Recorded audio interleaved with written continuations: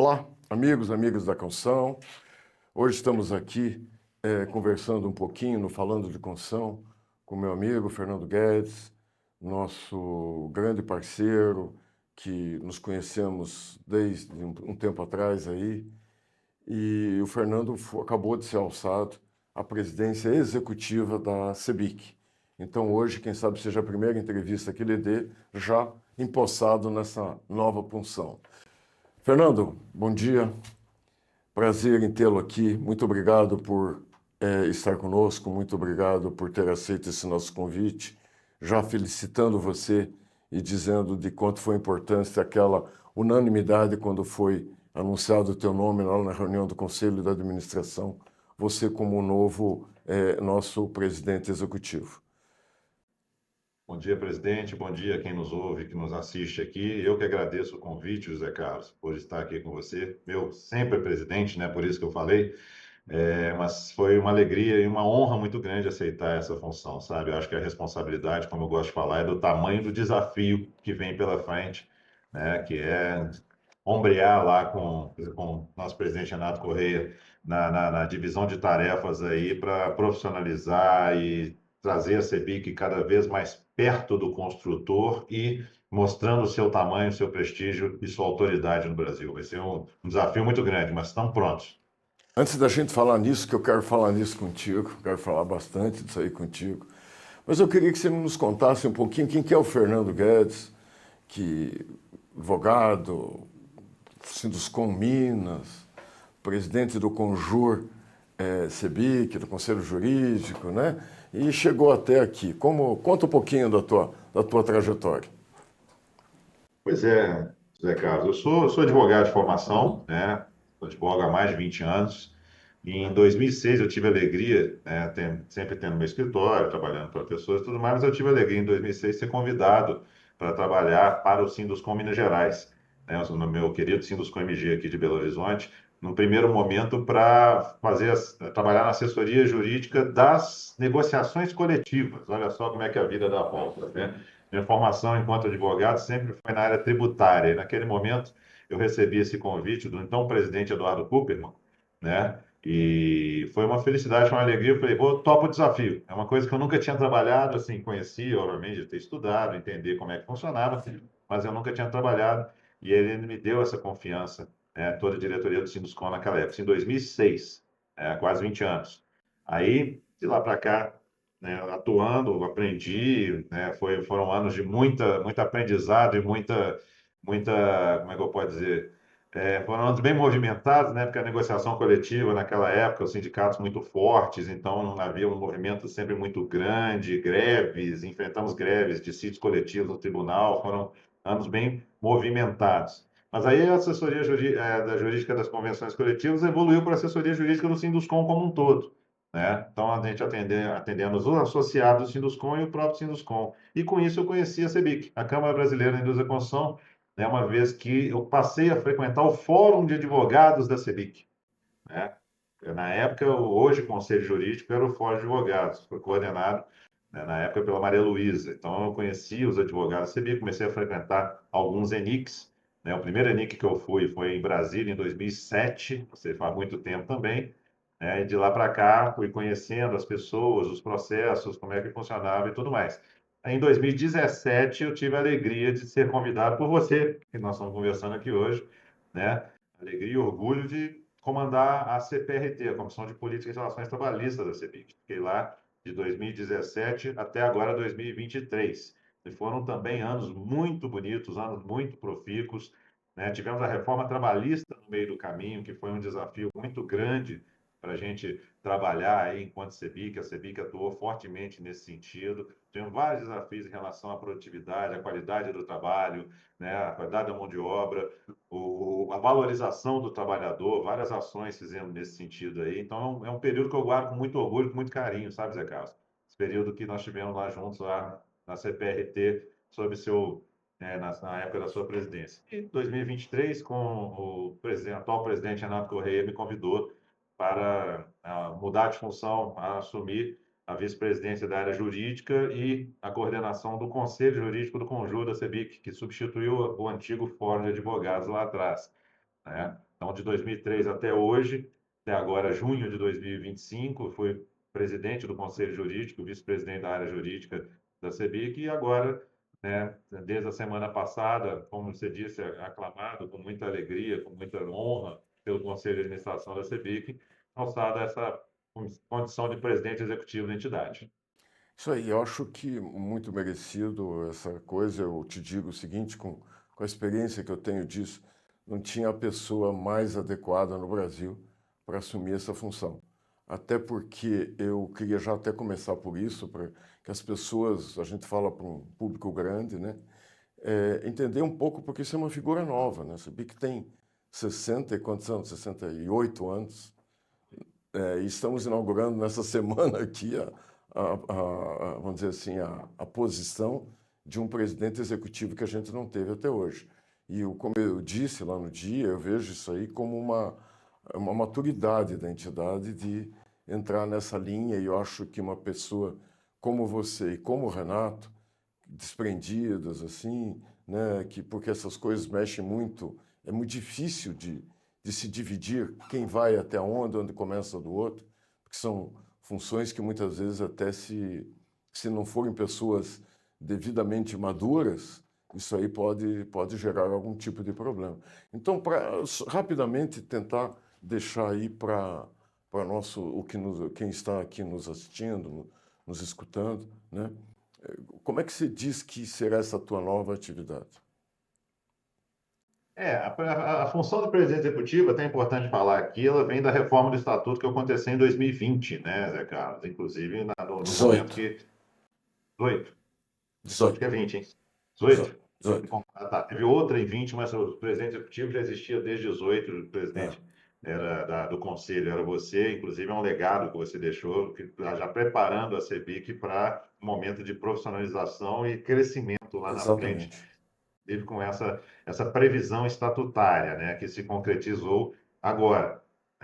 Nós temos discutido bastante aí nessa gestão do presidente Renato Correia sobre a possibilidade, a contratação ou a nomeação de um presidente executivo, né? Foi contratada, inclusive, uma consultoria específica que trouxe alguns parâmetros, né, de atuação na área institucional e na área de gestão executiva, e com isso se decidiu a contratação. Eu fui convidado, orgulhosamente aceitei, como já falei aqui, né? E a ideia é ter, né, diferente de outras entidades em que o presidente do conselho, ele praticamente vira uma figura mais de discussão de bastidores, né? No nosso caso, não. A ideia da CEBIC é dividir atribuições entre o presidente do conselho e o presidente executivo, né? A gente fala muito isso. O presidente do conselho, ele continua sendo a cara da CEBIC. Ele continua, porque, afinal de contas, é um empresário do setor da construção, vive o dia inteiro, conhece dos problemas, das dores, né, das necessidades do setor. Então, a cara, percebi que continua sendo o presidente do conselho, mas, ombreado a ele, como eu disse, o presidente executivo, né, no meu caso, a gente vai trabalhar para dentro de casa, para fortalecer a estrutura administrativa, de gestão e de atuação da CEBIC, para dar justamente robustez a essa estrutura, para que nós possamos ter uma CEBIC atuante, uma CEBIC forte, uma CEBIC importante, ser uma interlocutora importante, né, na sociedade brasileira, como ela é, na verdade, para continuar e fortalecer essa posição. Essa é a ideia da atuação executiva, sabe, Zé Carlos? O presidente executivo junto com o presidente do conselho, mas com atribuições específicas. Eu acho, viu, Fernando, que isso sem dúvida vai ser um aprendizado, tem uma curva de aprendizado aí que vocês vão ter que ter, mas é fundamental para que a gente possa continuar, porque as demandas aumentaram demais nos últimos anos. Aquilo que era, né, eu brinco nas nossas comissões que se reuniam 2 vezes por ano, se agora reunir toda semana, tem assunto para toda semana, né? E assunto muito importante. Mas eu queria ir já de cara para aquilo que você não é ninguém melhor no Brasil para falar sobre reforma tributária na Constituição do que você.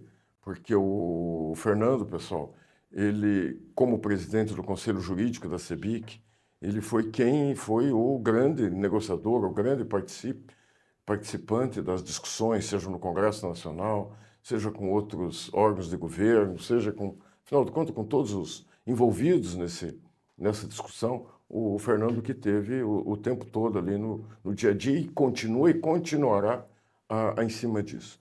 Eu queria que você desse aqui, eu sei que eu brinquei esses dias, viu, Fernando, que a coisa mais parecida com a reforma tributária hoje no setor é aquele livro do Saramago, né, que fala ensaio sobre a cegueira, né? Porque eu acho que está todo mundo assim, eu gosto de cutucar forte mesmo, para que todo mundo parece que tire um pouco desse manto que tem na frente. Eu queria que você colocasse aqui para a gente, brevemente, lógico, porque isso daria 5 dias de conversa, no mínimo. Como é que você vê a reforma tributária impactando no nosso setor? Vamos lá. É interessante falar que assim, foi um processo bastante instrutivo, construtivo e enriquecedor, sabe, Zé Carlos? Ter vivido desde 2023, 22 para 23, na verdade, essa discussão sobre a reforma tributária, desde a emenda constitucional, passando pela primeira a Lei Complementar 214, né? E agora tem outra ainda em discussão no Congresso, fora outros momentos. Nós estamos num momento em que o tributo é o que está em evidência no país, né? As discussões tributárias de aumento de carga ou diminuição, ajuste, seja o que for, e por aí vai. Né? Nós temos aí um momento muito interessante. E a CEBIC trabalhou bastante nesse período, né? Eu agradeço as palavras, mas nós tivemos um time de peso junto conosco, de representantes de entidades, de técnicos. Foi uma estrutura muito bem montada, muito bem conduzida pelo presidente Renato para atuar na discussão da reforma tributária de forma clara e poder mostrar para o mercado, para a sociedade, para os parlamentares que o setor da construção do mercado imobiliário não quis privilégio nenhum. Mas, eu sempre digo isso, né? Você trazer as atividades de construção e do imobiliário para dentro do sistema IVA, né, do Imposto sobre Valor Agregado, ou do IBS-CBS que foram criados, é a mesma coisa que você pegar aqueles brinquedos de criança que você tem que encaixar um círculo, num triângulo, achar o encaixe certo para colocar a peça, sabe? Aquele de círculo, de estrela, de cubo e tudo mais. Você encaixar o setor da construção no sistema IVA é a mesma coisa que você pegar um cubo e colocar num círculo, né? Porque o sistema IVA ele não foi feito para o sistema setor da construção e do mercado imobiliário. Nós não somos uma cadeia necessariamente de consumo.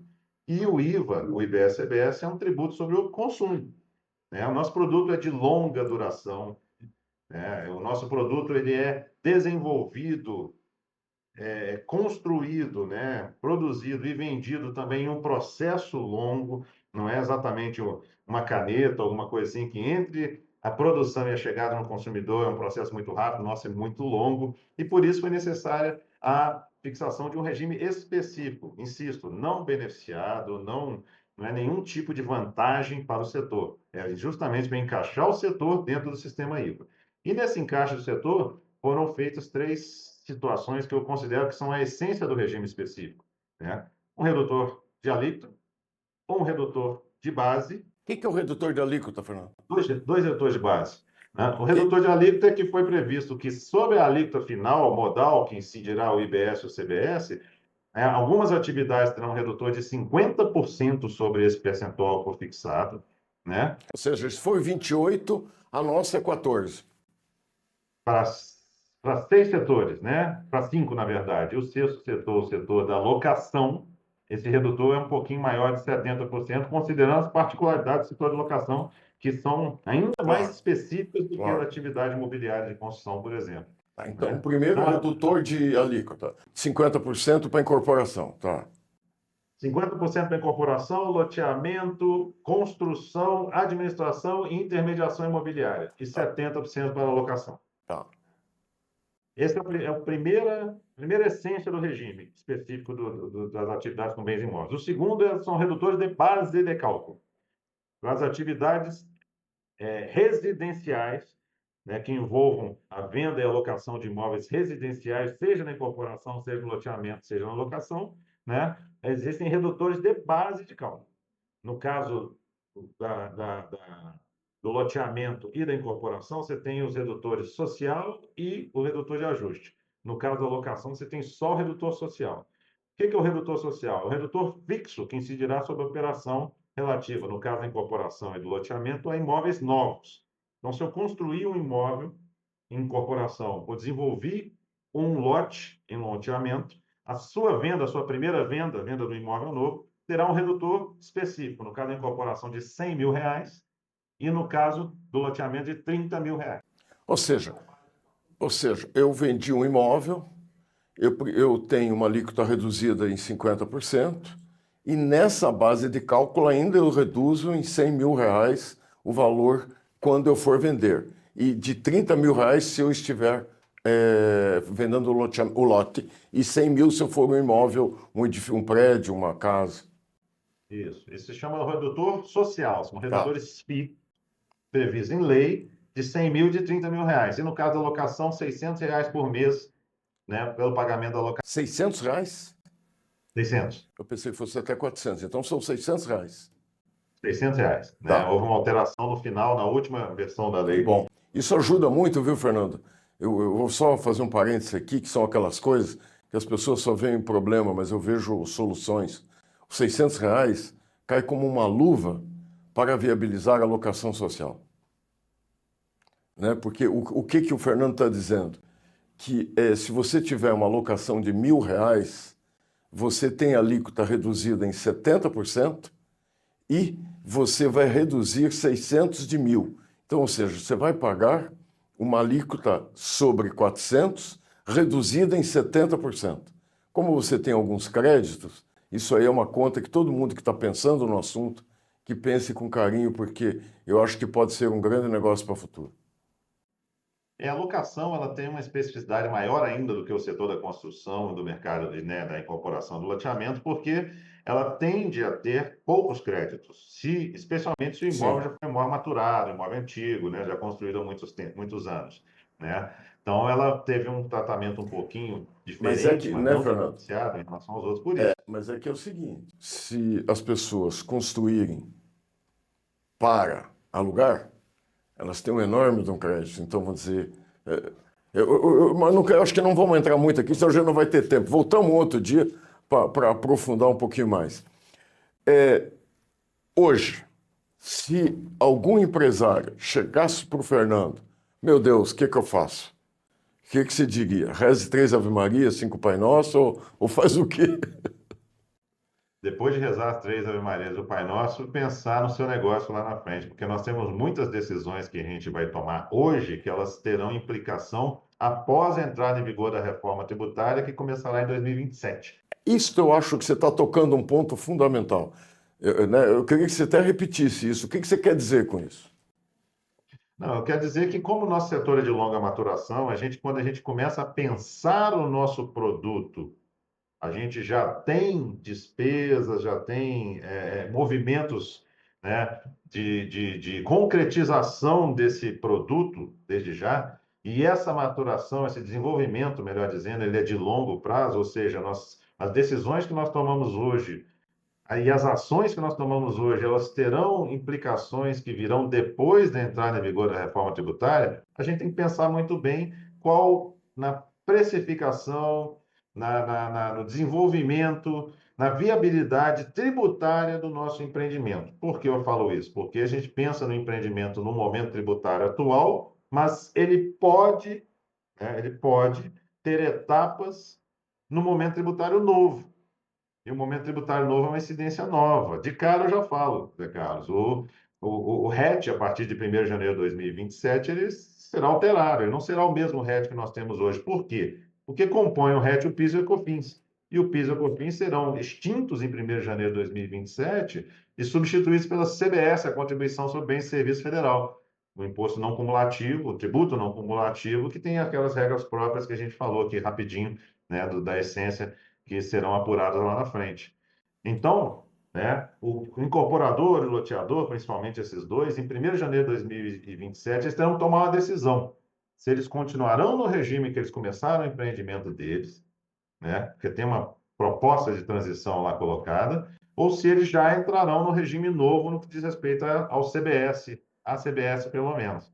E essa decisão é muito séria, porque isso pode implicar um eventual aumento de custos, até de desequilíbrio do contrato, questão dos contratos, questão de fluxo de caixa, né? É muito séria essa decisão de fluxo de caixa. Então, é uma decisão que tem que ser tomada agora. E para isso tem que fazer contas. E assim, é interessante, Ricardo, falar além das 3 Ave-Marias e um Pai Nosso que você falou, eu tenho que rezar para entender qual seria mais ou menos, por exemplo, a alíquota que vai ser fixada, que até hoje não foi, a gente não sabe.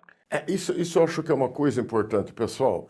A alíquota que todo mundo fala não existe ainda.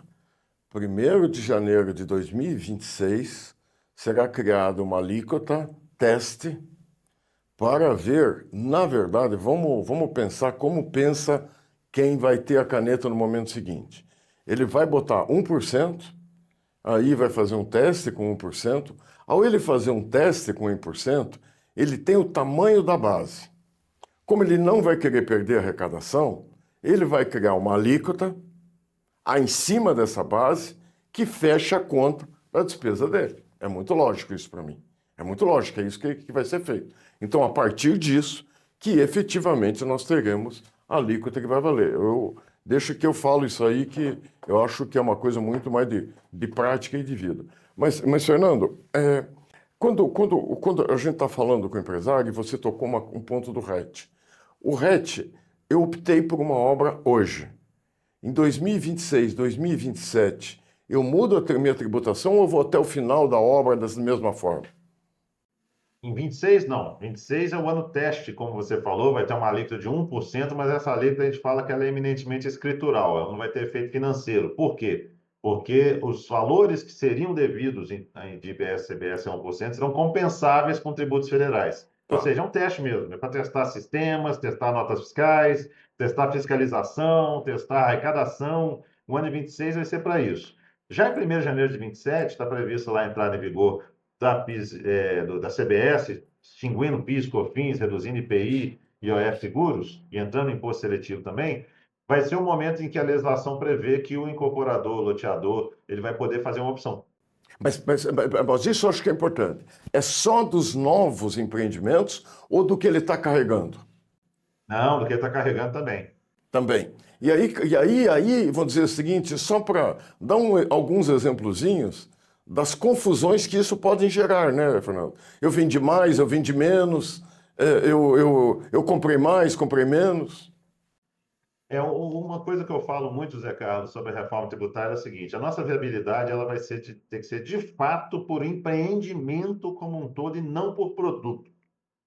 Eu, ao vender um apartamento, eu vou conseguir avaliar a viabilidade dele naquele momento da venda. Por quê? Porque naquele momento da venda eu vou ver quanto que eu já fiz de obra, quanto que eu já tomei de crédito, quanto que aquilo ali me custou, se eu estava no RET, se eu não estava no RET, por aí vai. Então, agora, quando eu ver o movimento todo, desde o início da obra até a última venda, aí sim que eu vou conseguir enxergar, obviamente, quanto aquilo me significou para a minha empresa, né? Mas é uma decisão importante, por quê? Porque o que que acontece? A IBS, CBS, no caso a CBS, é não cumulativo. Eu aproveito créditos daquilo que eu compro de materiais e de serviços, né? De Acho que é bom, forma. viu, Fernando? Falar o que no âmago muda, né? Que é a tributação sobre o faturamento para ser sobre o valor agregado. Exatamente. Isso muda muito, especialmente a nossa cultura, né, Zé Carlos? Eu falo muito isso. Nós somos viciados em RET, né? E, de fato, foi bom. Ele trouxe para a formalidade muitos incorporadores, acabou, né, colocou o jogo jogado todos iguais, né, vamos falar assim, né, simplificou a nossa tributação, só que ela é uma tributação cumulativa, ou seja, tudo aquilo que eu compro de produtos, insumos e serviços, né, aquilo ali vem com um imposto carregado que eu não consigo aproveitar. E ele vem de várias etapas anteriores, né? Se eu compro, por exemplo, do distribuidor de material de construção, ele veio da fábrica para o distribuidor, antes da fábrica ele veio do insumo para a fábrica, da matéria-prima para a fábrica, e por aí vai. Tudo isso vem carregando no valor daquele material que eu adquiri. Já o imposto novo é um imposto não cumulativo, o tributo não cumulativo. Ou seja, eu posso deduzir daquilo que é devido por mim tudo aquilo que foi pago nas etapas anteriores. Fale um pouquinho, Fernando, daquela coisa de que agora na nota fiscal não vai estar embutido o imposto, que o imposto é por fora, e você vai ter duas contas, uma de custo e a outra de impostos a. Explique isso para as pessoas. Exatamente. Hoje, quando você faz a contabilidade da sua empresa, você está no RET, quando você compra um cimento, um tijolo, um PVC, uma cerâmica, né, você vai contabilizar aquilo ali como insumos, custo de produção, né? Tá lá, se você comprou por 100, você contabiliza 100. Então, obviamente, na hora que você vai apurar o resultado, você vai considerar uma despesa de 100. Lógico, você vai ter um custo um pouco mais alto. Com o sistema novo, a nota fiscal vai vir separado o que é tributo, o que é produto, né? Então, esses 100, na verdade, eu vou ter que extrair o que é de tributo e, ao invés de jogar esse valor numa conta de insumos, de custo, eu vou colocar esse valor do tributo numa conta contábil chamada IBS, CBS a recuperar ou CBS a recuperar. E o meu custo ele vai ser líquido desses tributos. Então, se antes eu considerava 100 para apurar o meu resultado, né, contábil final, eu vou considerar, fazendo um chute aqui de advogado, 80. Eu acho que até vamos mudar essa conta, Fernando, de engenheiro agora. Vamos dizer o seguinte, pessoal, vamos supor que esta alíquota a ser determinada seja de 25%. Então é assim, hoje você compra por 100, amanhã você vai comprar 80 é o produto, 25% de 80 é 20, é impostos a recuperar que vai fechar o mesmo 100, teoricamente, fazendo uma conta assim bem arredondada, não é isso, Fernando? Exato. O que importa é que o tributo ele não vai mais ser componente do custo. Isso é que é importante dizer. Ah, mas o que eu vou fazer com o tributo? Esse tributo você vai recuperar em um determinado momento, seja por dedução daquilo que foi devido na sua venda, né? Seja que ao final do empreendimento você não tem mais vendas a fazer, mas ainda assim ficou com um saldo credor lá, né? Com um crédito acumulado ou saldo credor. Você vai lá e pede a devolução em dinheiro. Existem umas regras lá na legislação, alguns prazos, alguma coisa assim, mas você pede a devolução em dinheiro e o governo tem que devolver esse dinheiro lá no prazo e na forma prescritas na lei. Mas fato é que ele não vai ser mais componente do custo, ou seja, o seu custo ele vai partir de uma base menor no que diz respeito a insumos e serviços com incidência dos tributos. Fernando, tem que vender a última unidade para passar a régua? Olha, isso aí vai depender de regulamentação da Receita Federal agora, né? Porque na lei complementar ela fala que a data-chave é o ABITS. Habite, tá. É o ABITS. A data-chave eu não posso ter nada antes do ABITS. Só que eu posso ter vendas a realizar depois do Pois ABITS, é. né? E nessas vendas eu deduziria os valores dos tributos anteriores, né? Devidos. Então, às vezes, eu posso postergar para a última venda também. Mas vamos ver como é que vai ser regulamentado isso, sabe, Zé Carlos? Porque isso aí não está muito claro. Tá. Vocês vejam, pessoal, quanto que tem ainda pela frente para ser discutido. Mas, Fernando, esses dias eu vi você fazendo uma palestra e falando um pouco sobre esse lado do passo a passo da venda com a despesa. O que que acontece se eu sair vendendo? O que que acontece se eu sair comprando?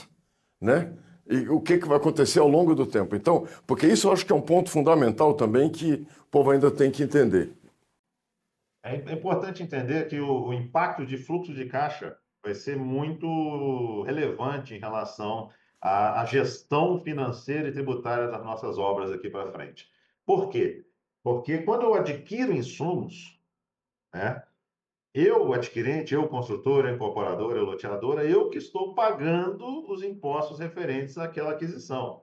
Tanto é assim que na nota fiscal, como você bem disse, vai vir destacado de forma clara o que é mercadoria e o que é imposto, o que é tributo. Então, aquele valor eu estou pagando. E, pela legislação e pelo sistema da não cumulatividade, eu tenho direito a recuperar aquele valor. Se eu tenho direito a recuperar aquele valor, seja com as operações que eu faço posteriormente, com as vendas que eu faço posteriormente e deduzo aquilo, seja no final da obra com o pedido de devolução de eventual saldo excedente, saldo credor, né? Aquilo ali é um dinheiro que é meu. E é melhor que eu utilize na minha operação do que deixar ele lá parado numa conta corrente lá com o fisco, esperando a obra acabar para poder pedir de volta, né? Então, Eu acho, Fernando. Vamos botar um. menor saldo credor, melhor. Vamos assim, ó, eu estou te provocando aqui, sendo muito advogado do diabo, para te provocar, porque eu imagino quantas dúvidas tem na cabeça das pessoas que estão vendo esse assunto pela primeira vez. O que o Fernando aquela explicação que você deu, que aí deu um nó na minha cabeça, era na seguinte linha. Eu cheguei e comprei o material. Eu comprei o material por 100. A alíquota que aquele meu fornecedor botou é 28. Então eu vou pagar 128. Não, meu cliente sim. O de quem eu estou comprando paga 28. Tá? O meu paga 28. Tá? Então, eu comprei cimento, custou 100, mais 28, então eu vou pagar 128 naquela nota. Paguei 128. O 100 vai para a despesa, o 28 fica impostos a recuperar. Tá? Aí, no momento seguinte, essa coisa que sabe que as pessoas vão ter que entender. O teu corretor, pessoal, vai chegar lá e vender o imóvel para a pessoa. E vai dizer, esse imóvel custa R$1 milhão. Só que você vai pagar 1 milhão mais 140 mil, que é a redução em 50% do 28. Então você vai pagar mais 140 mil. Então você, na verdade, vai ter que me pagar 1 milhão 140. Certo? É isso. Agora me explique para as pessoas como vai ser o meu 28 do cimento que eu compenso com 140 que o meu cliente pagou. Isso aí, Zé Carlos, é um negócio que é extremamente complexo de fato. A gente tem que ter muita tranquilidade. Complexo para explicar. A operação é até razoável, mas a explicação é complexa. Por quê? A essência da não colatividade é o poder deduzir da operação que eu pratico aquilo que foi pago como tributo nas operações anteriores. Então, em tese, né, desses 140 mil que seria o tributo, tem uns redutores de base de cálculo aí que a gente tem que considerar também, né, o social, de Sim, ajuste sim, e sim. tal. Mas para fins de ilustração, pegando 140 mil de débitos, eu posso deduzir os 28 mil que eu usei, que eu paguei para comprar o cimento lá atrás. Mas espera aí, mas o teu cliente tem que pagar os 140. Ele tem que pagar os 140. Como que faz essa dedução? Poxa, eu posso fazer a dedução se na hora que eu for pagar a nota, eu já tiver vendido, não é isso? Sim. Se eu não tiver vendido, eu tenho que pagar e o ajuste vai ficar para o final, não é isso? Exatamente, eu falo muito isso, sabe, Zé Carlos? O seguinte, quando é que a gente vai pagar o imposto? É na venda? Não, é na compra. A gente vai pagar imposto na compra, quando a gente compra insumos e materiais. E isso que dá o nó na cabeça das pessoas, Pois é. né? Por quê? Porque quando você desembolsa os 28 mil que você falou lá, é do seu caixa que está saindo para comprar aquele cimento e pagar os 28 de tributo deles, né? Só que aquele tributo é um tributo não cumulativo que você pode recuperar com as operações que você vai fazer depois. Se você não fizer operação nenhuma depois, ele vai ficar parado lá, sem correção, sem nada, ou seja, um dinheiro que você gastou, que você tirou do seu caixa para pagar, que tem a possibilidade de recuperar e não está fazendo naquele momento. Que conforme, Não tem venda. hein, Fernando? Sempre que você tiver em débito, vamos dizer, você vai ter que pagar, né? Sim. Certo? Sempre que sobrar crédito, não é isso? Ou se estiver enganado, você me diga que eu também. Saldo credor, né? Aí vai ficar parado. E esse parado não tem remuneração. E isso pode ser que aconteça de passar a régua só lá no final do empreendimento. Você tem um empreendimento aí de um ciclo de 3 anos, se você não... Eu quis citar isso, Fernando, porque esse é um ponto que muito pouca gente tem levantado. Tá? Vamos dizer, o fluxo de venda. Ou seja, eu tenho batido muito na tecla que é uma mudança do mindset dos empresários. Ele tem que entender que ele tem um novo produto, ele tem um novo modelo de negócio na construção civil, que começa desde o modelo que eu vou vender. Poxa, como é que está o meu fluxo? Quanto é que vai me custar? Poxa, melhor eu vender no começo, melhor eu comprar no começo, melhor eu comprar depois, melhor eu comprar antes. Poxa, tudo isso vai fazer parte de um pacote. Então, já lançamos uma primeira dúvida muito grande nas pessoas. Mas agora eu queria levar para o processo produtivo. Né? Processo produtivo. Porque hoje eu tenho definido, me corrija aqui, melhore, não estou coisa que é assim. Hoje, como eu pago pelo faturamento, não me interessa se eu fiz na obra ou se eu comprei fora da obra. Eu não carrego créditos, eu não tenho impostos a recuperar na minha contabilidade.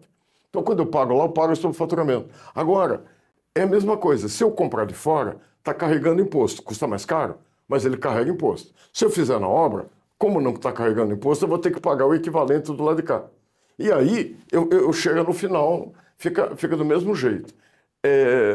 Como é que você vê isso porque eu sei que você já tem aí feito alguns trabalhos para algumas empresas, dando algumas dicas aí. Como é que os empresários têm visto esse ponto? É importante assim entender que é o seguinte, é o que você falou. Por que que o setor não industrializa off-site, né, fora do canteiro de obras, o seu produto, né? Por que que não utiliza sistemas industrializados off-site? Justamente por quê? Porque é caro. E por que que é caro? Porque ele vem carregado de tributos, especialmente ICMS e IPI em alguns casos, né, que não deixa de ser um produto industrializado, que a gente não aproveita como crédito. Ou seja, ele vem dentro, embutido, aquilo que eu falei lá atrás, ele vai direto para o custo da minha produção.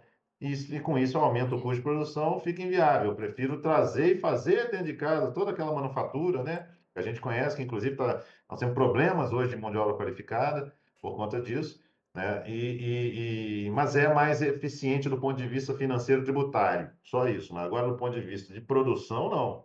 Né? Quando eu tenho a possibilidade de adquirir ou de utilizar de sistemas produtivos industrializados, inclusive off-site, obviamente que eu vou ter um ganho de produtividade, vou ter um ganho de eficiência, vou ter um ganho de pós-venda, né, de qualidade e por aí vai. A reforma tributária ela incentiva esse uso de sistemas industrializados, por quê? Porque o tributo deixará de ser componente da operação, só por isso. Então, vai ficar mais barato para a empresa utilizar esses sistemas, adquirir fora da obra e montá-los dentro da obra. Então, isso aí vai mudar fortemente a dinâmica da nossa produção. A gente tende a sair de um sistema de manufatura extrema, que a mão de obra é um componente de custo e de utilização muito forte dentro da nossa atividade, para nos transformarmos em montadores especializados de produtos tecnicamente mais evoluídos, né? Com uma melhor entrega para o consumidor, com menos tempo de obra, com menos pós-obra, com garantias mais definidas, né? Tende a ser muito mais interessante nesse sentido, sabe, Zé Carlos? Você sabe, Fernando, que é muito claro para mim isso, que, por exemplo, hoje, alguns setores da economia, por exemplo, uma montadora de automóveis, ela convive com ICMS, que é exatamente o sistema não cumulativo, né? Que é o sistema que você agrega valor e paga sobre o valor que agregou. Então, hoje, você tem uma coisa muito verticalizada na produção de um automóvel, que chega a levar várias fornecedores para o teu próprio parque industrial ali, e ali mesmo você já encaixa as coisas, faz as coisas. Está vindo uma fabricante de eixo de pneus aqui, que eu achei muito interessante, que está vindo a fabricante, que você vai lá, entrega o eixo e ele te devolve com o pneu cheio, sabe? Então, você veja o nível que você chega para você fazer disso aí. Então, essa é uma mudança cultural, concorda, né, Fernando? Muito grande que vai haver no nosso processo produtivo, eu não tenho dúvida nenhuma. Isso muda capacitação das pessoas, muda o projeto. E aí eu queria entrar no outro ponto, que é aquela coisa que você falou, que nós temos que estar pensando hoje. Nós temos que estar pensando hoje como é que eu vou fazer o projeto em 2027. Se eu estou vendo um terreno hoje, para analisar um produto hoje, eu tenho que analisar em 2027, que eu vou começar a vender ou construir, qual é o sistema construtivo que eu vou usar, exatamente por causa disso. Ou seja, é uma decisão que não dá para ficar para amanhã. Ele tem que analisar para como é que a gente... Eu tive conversando ontem com o pessoal do Norte, Fernando, de outras coisas, por exemplo, poxa, mas aqui eu não tenho fornecedor que possa me fazer isso. Como é que eu vou fazer? Ter que criar um parque, eu vou ter que projetar do jeito, ou seja, é um momento de muitas mudanças, é um momento de revolução. E o momento de revolução é aquele, ou a gente sai na frente ou fica para trás, né? Como a gente sempre fala na CEBIC, se é a sua opção, já que as mudanças são inevitáveis, você prefere ser refém ou protagonista? Nós optamos em ser protagonistas, né, Fernando? Eu acho que reforma tributária é uma coisa assim muito forte para finalizar esse assunto e irmos para outros. Tem como uma empresa hoje conviver na contabilidade sem software? Com toda essa complexidade que vai acontecer? Você sabe que isso é um ponto que tenho conversado com muita gente. Vai ficar tão complexo que, na verdade, vai simplificar, né? Porque não tem como você conviver mais fazendo ali no teu tradicional Excel. Com certeza, com Com certeza, Excel nunca vai ser. Hoje já não é, na verdade. Hoje já é difícil. A gente conhece muitos, né, Zé Carlos, incorporadores, colegas aí que constroem e tudo mais. Esse dia eu estava conversando com uma empresa aqui de Minas Gerais, um colega de uma empresa, ele é uma empresa pequena para média, sabe? Três obras, 30 e poucos, 40 apartamentos de classe média, em bairros de classe média de Belo Horizonte, e ele controlava pelo Excel até o ano passado. Fernando, Era de querer um sistema. Fernando, vou te dizer uma coisa que você não vai acreditar. 70% das empresas dos CNPJs hoje ainda operam em Excel. Pois é. Não, mas eu gostei de ouvir a experiência dele, Zé Carlos, que ele chegou e falou assim, eu adquiri um sistema, né, um sistema muito conhecido no nosso setor, inclusive, muito utilizado. Ele falou, minha vida mudou, eu estou até encorajado a começar mais obras, porque É isso. agora eu tenho mais Claro, o controle. controle fica na mão, né? Mas é que vou dizer, é lógico, eu sei. Eu tenho um amigo que fez isso há um ano atrás. Daí comprou um sistema. Não deu certo. Jogou no lixo, aí agora comprou um outro que ele tá feliz, sabe? Então, mas eu vejo o seguinte, eu estou colocando esses pontos para a gente já ir para os outros, um apanhado geral. Pessoal, o que eu com o Fernando aqui estamos querendo dizer para vocês é o seguinte, vá a fundo estudar esse assunto. É muito importante. Nós vamos ter uma mudança radical de todas as coisas que a gente aprendeu a fazer até hoje. E aí é o seguinte: a nossa competitividade, que é tão criticada, a nossa produtividade, ela vai mudar de patamar. Ela vai mudar de patamar, vocês não tenham dúvida quanto a isso. Tá? Por uma série de fatores, sem curto tamanho, tempo de obra, o custo fixo diminui, custo administrativo diminui, custo financeiro diminui, o teu risco diminui, porque vamos dizer, quando você projeta uma obra que demora muito tempo, você não sabe como os seus insumos vão se comportar ao longo desse tempo, quando você reduz o teu risco. Enfim, é uma mudança radical que vai acontecer e a nossa provocação aqui é vão em busca de informações, busquem, fazem isso aí. Mas eu queria falar de mais alguns temas, Fernando. Nossa Senhora, já estamos aí quase uma hora conversando. Mas vamos lá. Eu vou destacar um especial, que é o dito cujo vícios construtivos, tá? Que essa indústria aí que tem querendo de alguma forma a gente cresceu um pouquinho, o povo veio para bater na nossa porta para incomodar. Então eu queria que você falasse um pouquinho das ações da CEBIC a respeito desse assunto, como é que está isso, como é que tem evoluído, como é que você tem sentido.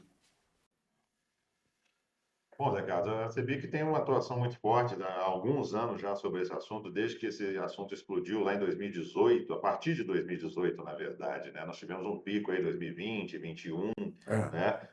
Nós chegamos a ter 130 mil ações em trâmite ao mesmo tempo, especialmente, não somente, mas especialmente, em relação à Minha Casa Minha Vida faixa 1, né?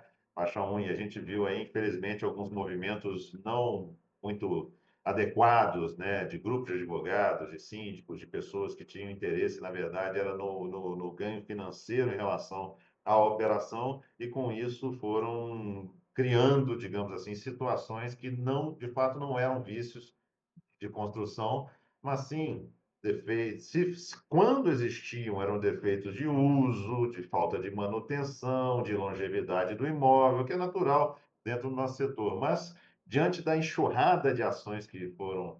Que aconteceram, igual eu falei, mais de 130 mil em determinado momento. Hoje nós estamos com 83 mil ações só no faixa 1, hoje, né? Só no faixa 1.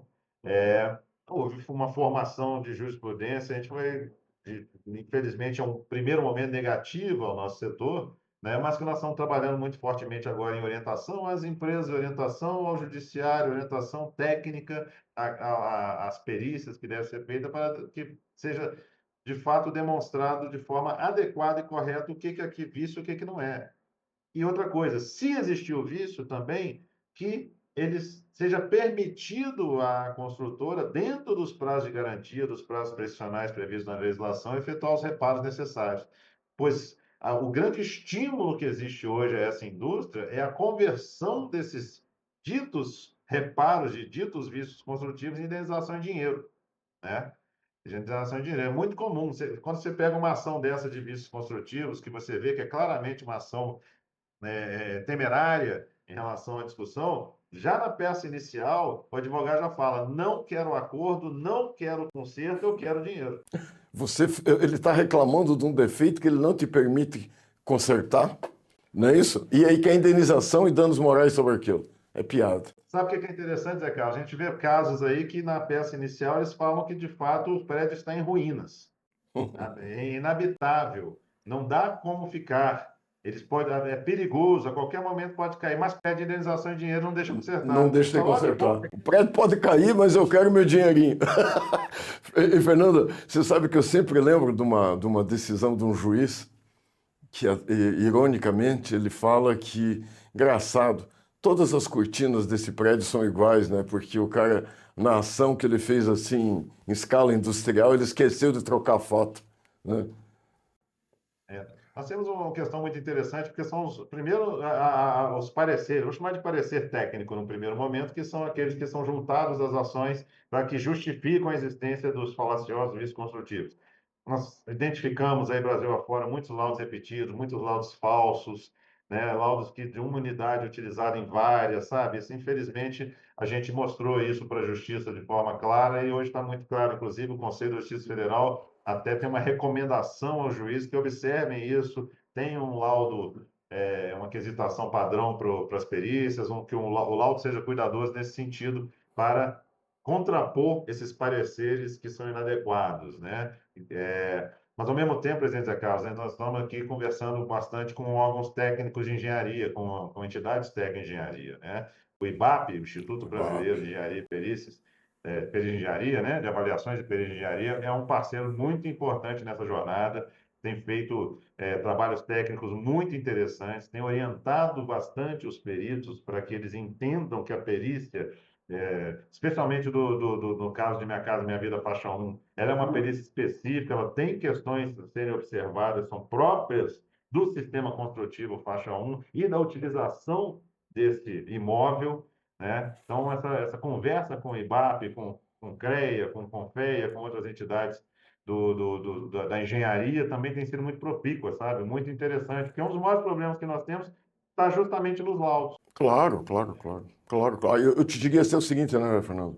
Muito desses problemas que a gente tem hoje é porque as primeiras ações que houve, elas não foram devidamente levadas a sério e acabaram subindo, foram mal instruídas, e quando chegou lá em cima, as decisões foram contrárias e gerou jurisprudência contra nós. O que eu queria, para finalizar esse assunto, é o seguinte, Fernando. Se uma empresa, se um empresário aí está sofrendo esse ataque aí, tipo de drone do Irã, né? Se ele estiver sofrendo esses ataques, o que você recomenda que ele faça? Tem algum site, algum lugar que ele pudesse ver alguma informação, alguma coisa, procurar alguém? O que você recomenda?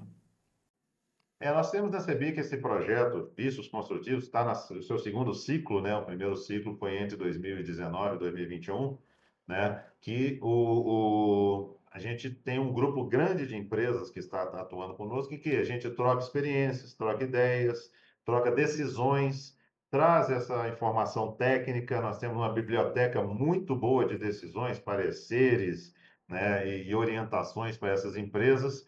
E qualquer empresa do setor da construção que quiser aderir a esse projeto, conhecer esse projeto, pode procurar pelo site.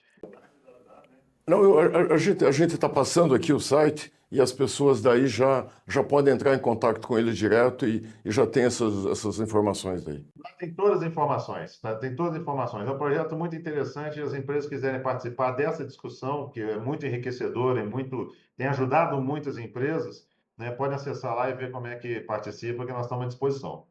Fernando, e agora para nós irmos para o final, é, quais são. A gente só falou aqui de coisas simples, né? Vício constitutivo, reforma tributária, não sei o quê. Mas, independente disso, eu queria, aí até falando um pouquinho do Conjur, que está completando 10 anos, né? Eu acho que foi uma grande iniciativa que a CEBIC fez, né? Eu acho que eu queria só, para as pessoas que estão aqui nos assistindo, a CEBIC tem no seu objetivo estratégico atender a empresa. Às vezes a gente confunde o incorporador, o construtor, com um engenheiro.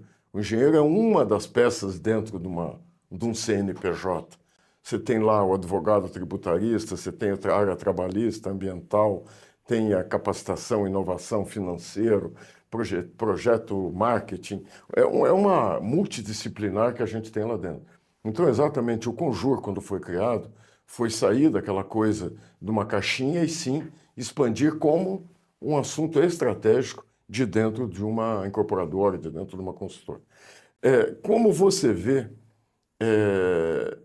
quais são os maiores desafios que você vê, que você está saindo do Conjur agora, assumindo a presidência, mas até que você esteve ali no Conjur, como é que você vê os maiores desafios da área jurídica do nosso setor? Eu sei, eu só brincando aqui com você um pouquinho. Um tempo atrás a gente estava lá no Conselhão, na época do Michel Temer, do presidente Michel Temer, e eu fui encarregado de ser o relator de o que gerava insegurança jurídica, né? Então, para a gente, como tinha lá 2, 3 minutos para falar, eu brincando disse assim, a nossa recomendação é que a gente faça uma emenda constitucional que diga, contrato vale, lei vale.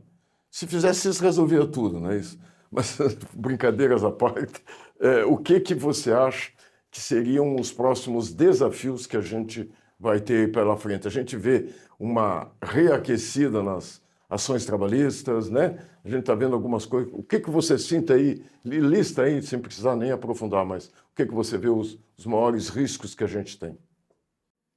É interessante, né, Zé Carlos, que os nossos maiores desafios, eles são antigos desafios, né? A insegurança jurídica, ela permeia toda a atividade econômica, infelizmente, hoje em dia, e o nosso objetivo estratégico da CEBIC, ao atender as empresas, é justamente buscar ações para melhorar o ambiente de negócios.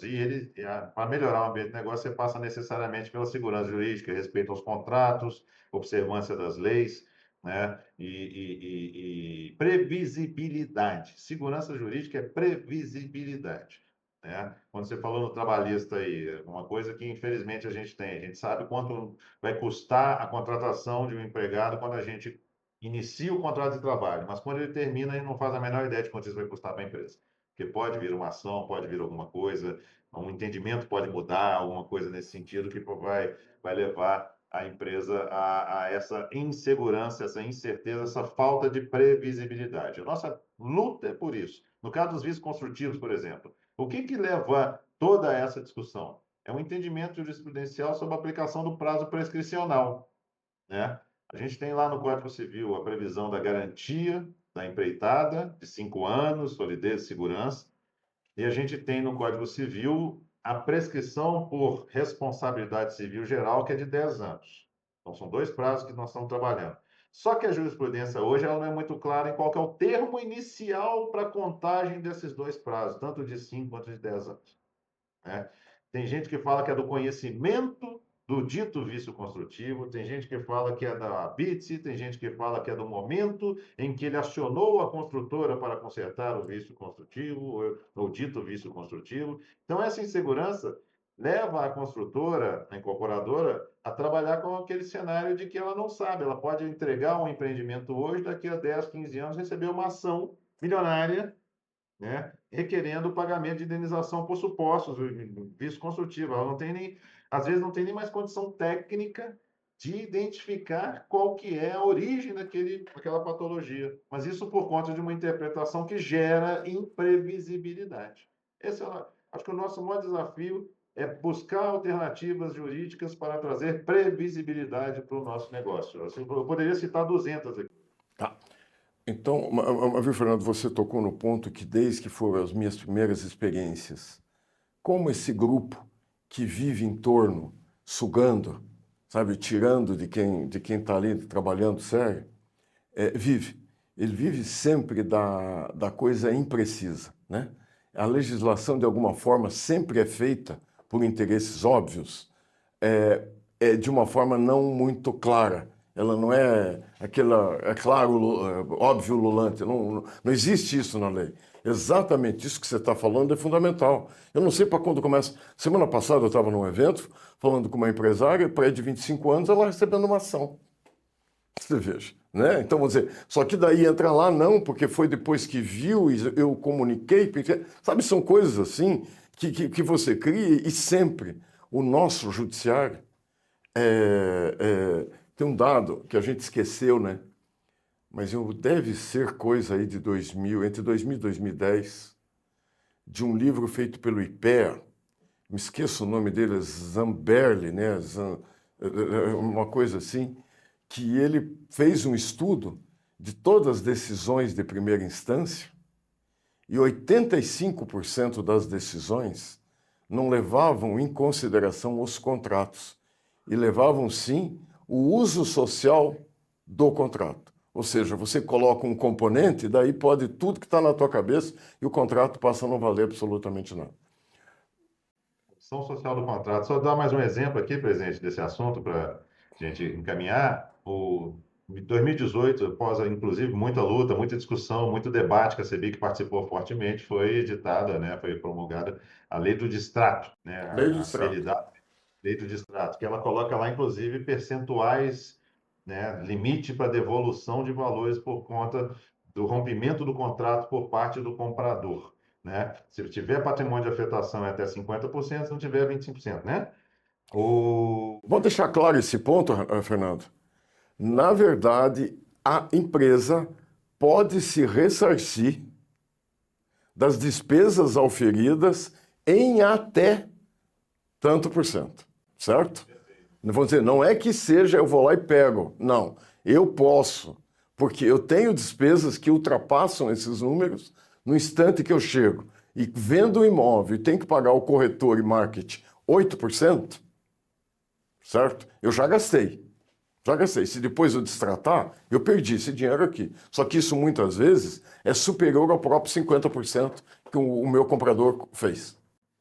Pois é, e a ideia da lei foi dar previsibilidade. Claro. Né? Essa ideia, se até 50, ok. Posso até ter gasto mais, não sei o quê, mas eu sei, eu tenho um parâmetro. O que eu não posso é ficar. Hoje é 25, hoje é 10, eu tenho que comprovar a despesa, não tenho, blá, aquele negócio todo. O ideal, o objetivo da lei foi dar essa previsibilidade, tanto para comprador como para vendedor, para os Sim. dois.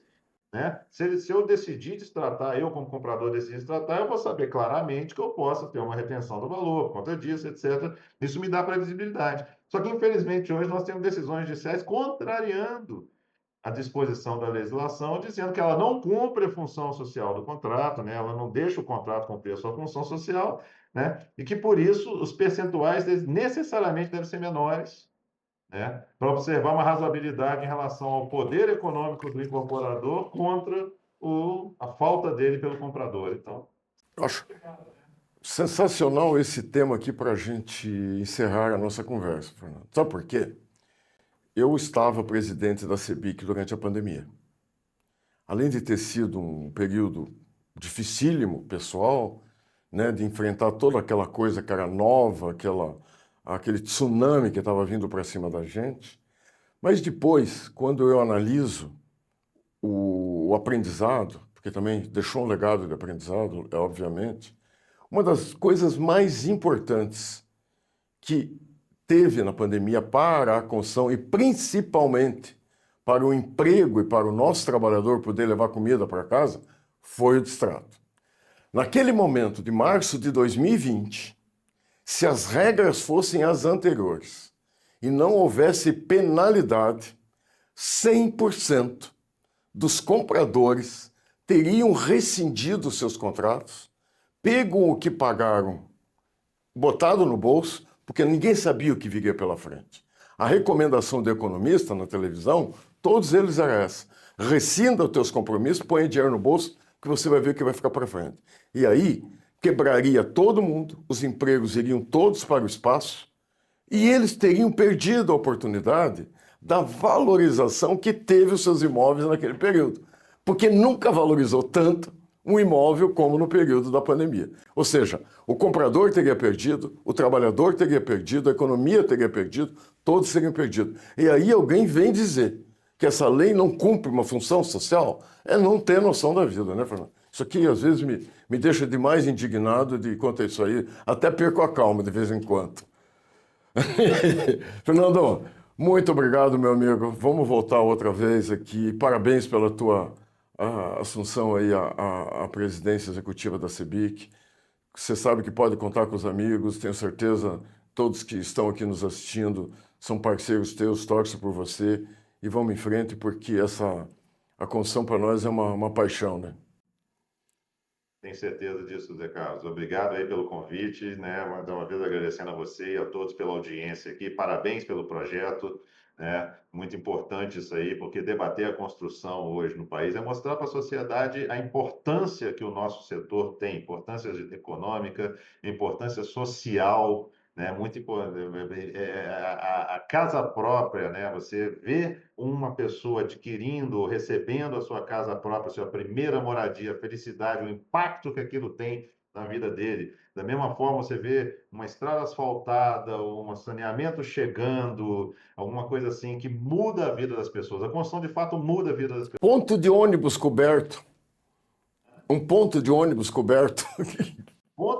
A simplicidade de um ponto de ônibus coberto que vem da construção, vem da engenharia, como é que isso muda a vida das pessoas. Então, a gente precisa debater e mostrar para a sociedade isso, essa importância, né, que o setor tem, para que, de fato, possa ser reconhecido e valorizado como fundamental, como, usando suas palavras, pegando emprestado, se me permite, Zé Carlos, fundamental que seja a locomotiva da indústria nacional. Claro, Isso que é muito claro. importante.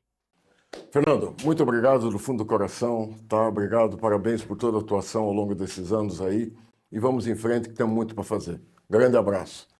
Pessoal, hoje falamos com o Fernando Guedes, nosso presidente executivo da CEBIC, falando um pouco desses problemas que a gente tem ligados à área jurídica. Um abraço a todos e até a próxima.